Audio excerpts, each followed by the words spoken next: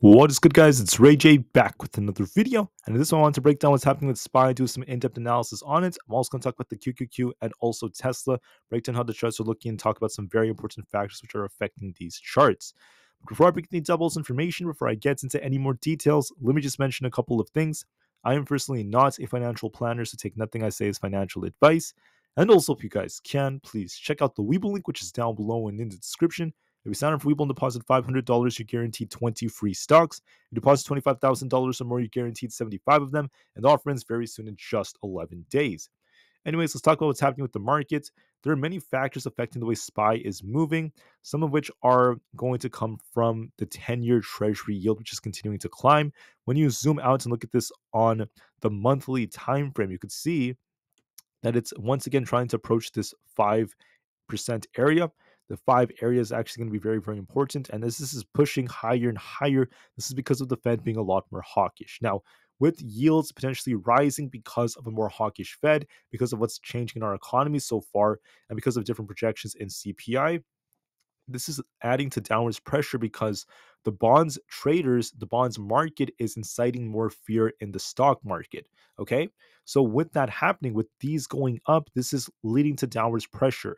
There's also cyclicals, as during this period of the year, we do sometimes see some downside.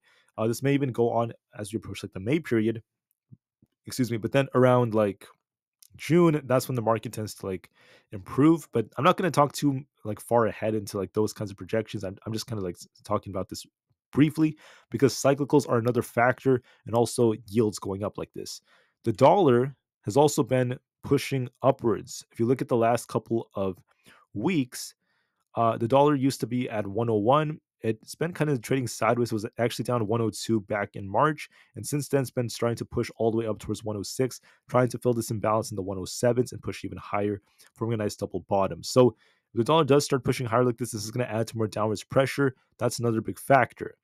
What else is worth noting is that we have this whole situation involving Israel and Iran. Israel has once again done a counterattack after Iran's retaliatory attack over the last weekend.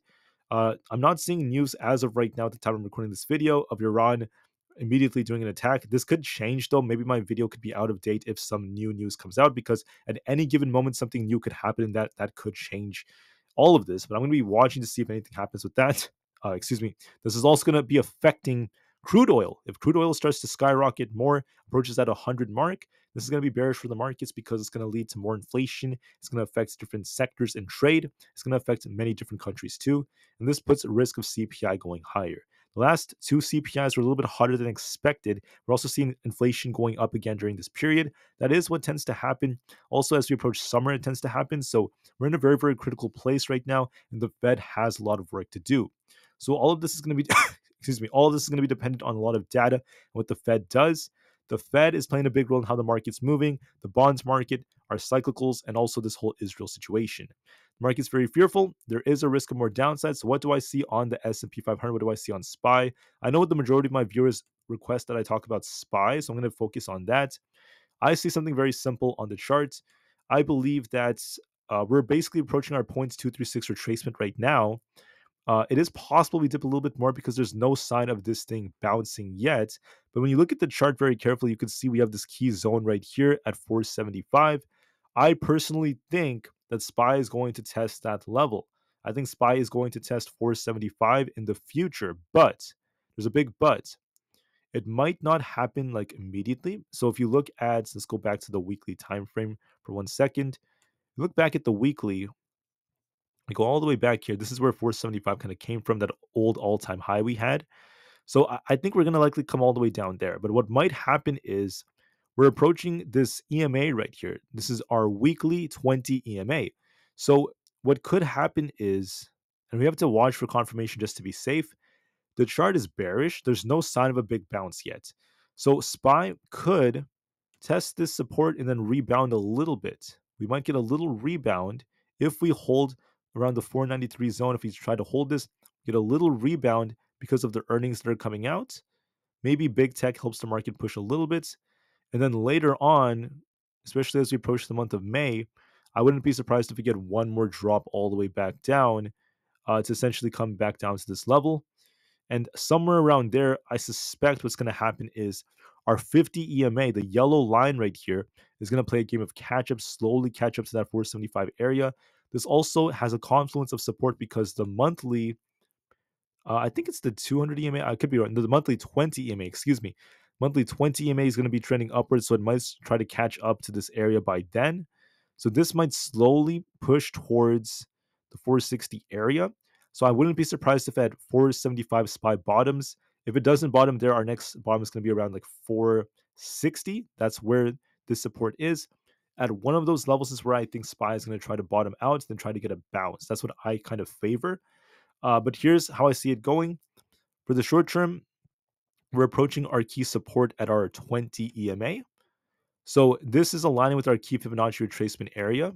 We can actually take it from right here, right about here. So we're very close to our points. This is super, super close to our points 236 retracement, or a little bit below it. I wouldn't be surprised if we kind of like hold this area for a bit. We dip a little bit more. We could drop a little bit more towards 491 or so. It's a possibility. I have to see what happens intraday, so I can't make any promises. But then we might get a little rebound next week for a 1 week, maybe 10 days or something like that. And then that might be because of like tech earnings, Tesla's earnings comes out, we have Meta, all these big tech earnings. And then after that, I wouldn't be surprised if we continue going into May to see more downside. And then that's when we could approach our points 382 retracement all the way down to 480. If not, 466, that also aligns with the 0.5 retracement. Somewhere in this range, I think SPY will bottom, maybe heading into May. And then once we bottom out, we're going to be looking for a nice bounce towards the end of the year as we approach the election. At least from June through like September, usually we do see some upside. So that's what I kind of approach. That's how I kind of approach all of this, in my opinion. That's how I see this potentially playing out. If this is the case for SPY, I could see something very similar on the triple Q. Let me elaborate on that. So on the triple Q, we could start from this low right here on the weekly time frame, go up to the high, and notice that we've actually already lost our 0.236 retracement. We're approaching 408. That's going to be our 0.382 retracement. So maybe we see a little bit more downside. Maybe like 410 to 408 could be tested on the triple Q. It doesn't have to be exact. I do see support at like 412, 413. That's where we had that gap fill. Then we might try to bounce back into the 420 area, into the 420s. Then continue this sell off all the way down to some lower levels. The QQQ could approach the 50 EMA. We could be approaching 396 is one support, and also this previous breakout. So this previous level right here is where we're currently at on the QQQ. This like 406 area. Then if that fails, because we're already like really close to that, I wouldn't be surprised if we come all the way down to like all the way down to towards like 390 around there. 396 to about 383, one of those levels is where we could find our ultimate bottom on the QQQ. This is more bearish because of how it's dictated by big tech and factors like that. The monthly also shows this support right here around this 400 area. I don't think it's going to stop there, though, especially because SPY has more potential downside. So it might rebound a little bit, rebound just a bit this week. Maybe if we get decent tech earnings, we could be making our way back up to about 424 or so, then continue lower all the way down to about 396. That's one possible target. If not, our 0.618 retracement somewhere in this range near the golden pocket. It's not the exact golden pocket, but it's kind of close to it. Around there, that's where we could see this thing bottom and then try to rebound. So the QQQ may have some more downside, but I think a big bounce is going to come as we approach like June. For now, look for a little possible bottom that could be forming next week, depending on the big tech earnings. And then we'll see how the QQQ performs. But as of right now, the overall trend is bearish. I don't want to change my view. I'm still bearish on the markets. And the last one I'm going to talk about, because I want to make this video kind of short, it's not really talk for too long. It is a weekend video anyways. It's going to be the one and only notorious Tesla stock. So what do I see for Tesla? Honestly, guys, it all depends on earnings, because the trend is still very bearish on the monthly.